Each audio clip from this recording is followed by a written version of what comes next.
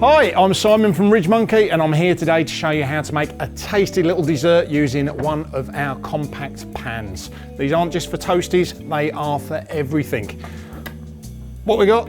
We've got some pudding in a mug. So basically these little cake mixes you buy, you mix with a bit of milk, put them into a mug, put them in the microwave, 30 seconds later, you've got a cake. Well, we're not gonna do that with a microwave today. We're gonna mix a couple of these with our milk.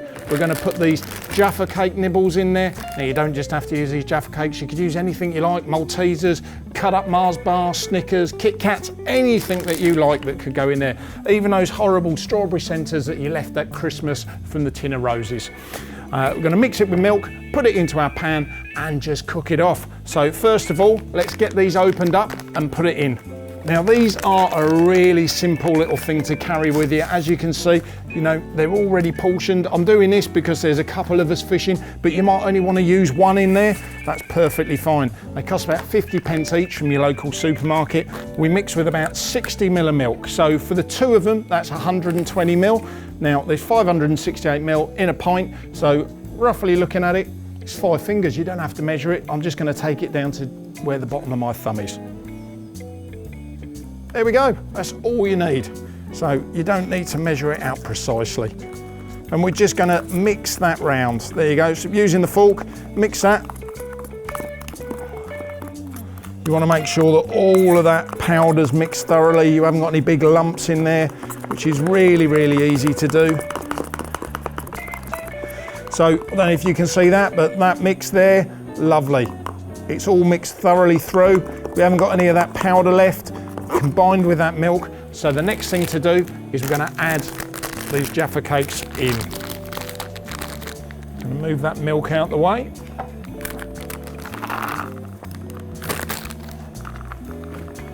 As you can see, the mugs are a perfect size for mixing all of it. We've got an entire packet of these Jaffa cake nibbles in there. We've got 2 of the sachets and the milk. Perfect for mixing. Now I've preheated my pan, it's on a really, really low heat. I've got that one side done.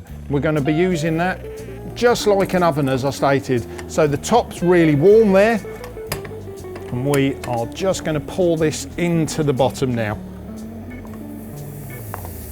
So that's going to start to cook.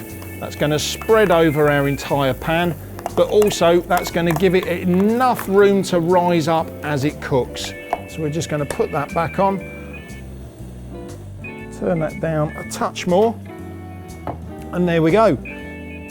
Right, so we've just turned that stove down, it's on really, really low, and that's going to allow that to start cooking. Now what we are going to do, we are going to flip it over, but the heat from the top, I preheated that top, I turned it over, so that's going to act like an oven and start getting that heat from the top as well. When you're cooking in an oven, obviously, the heat is all around. When you're cooking in a pan, it's just underneath. So by preheating the tops of these pans, you can create that oven effect that will distribute the heat all the way around it and help it to actually start that cooking process and get that cake to rise. So we'll come back to this in a couple of minutes and see how it's getting on.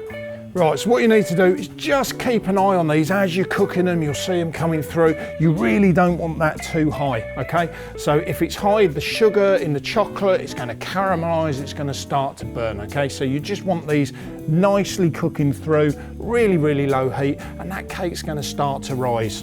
What you want to do, just keep an eye on these. Now you will get a little bit of discoloration on these cakes purely for the fact that you've got that heat source in the circle underneath the pan. If you're thinking if you're cooking a cake in an oven, you wouldn't have that because the heat is all around and you've got your cake sat on a shelf with no direct heat contact. So you will get a little bit of discoloration, but that's not going to go the whole way through. Now we're looking at that. That cake's already starting to rise. We're going to flip that over. Now that has just caught there ever so slightly, but once again, as that cooks, that will release itself. That's just the bits of chocolate clinging to the surface.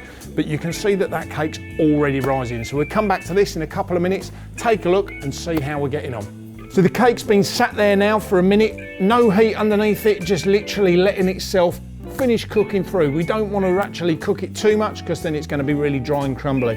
Nice little bit of moisture in the side, even with a little molten centre that you get as if you were having a chocolate brownie. So let's have a look. We'll take this off. Perfect. Look at that. Now that cake there is lovely. It's cooked across the top. So let's cut this open. But look at that, really, really soft in the centre. We've got those nice little bits from the Jaffa cake. We've got the crunch in there, we've got that chocolate, we're gonna have that orange flavour. Really, really simple to cook on the bank in no time at all, using a couple of ingredients that you can actually keep in your food bag so they're always there. What could be better on a nice afternoon than a piece of this, a nice mug of tea and some friends to have a chat with?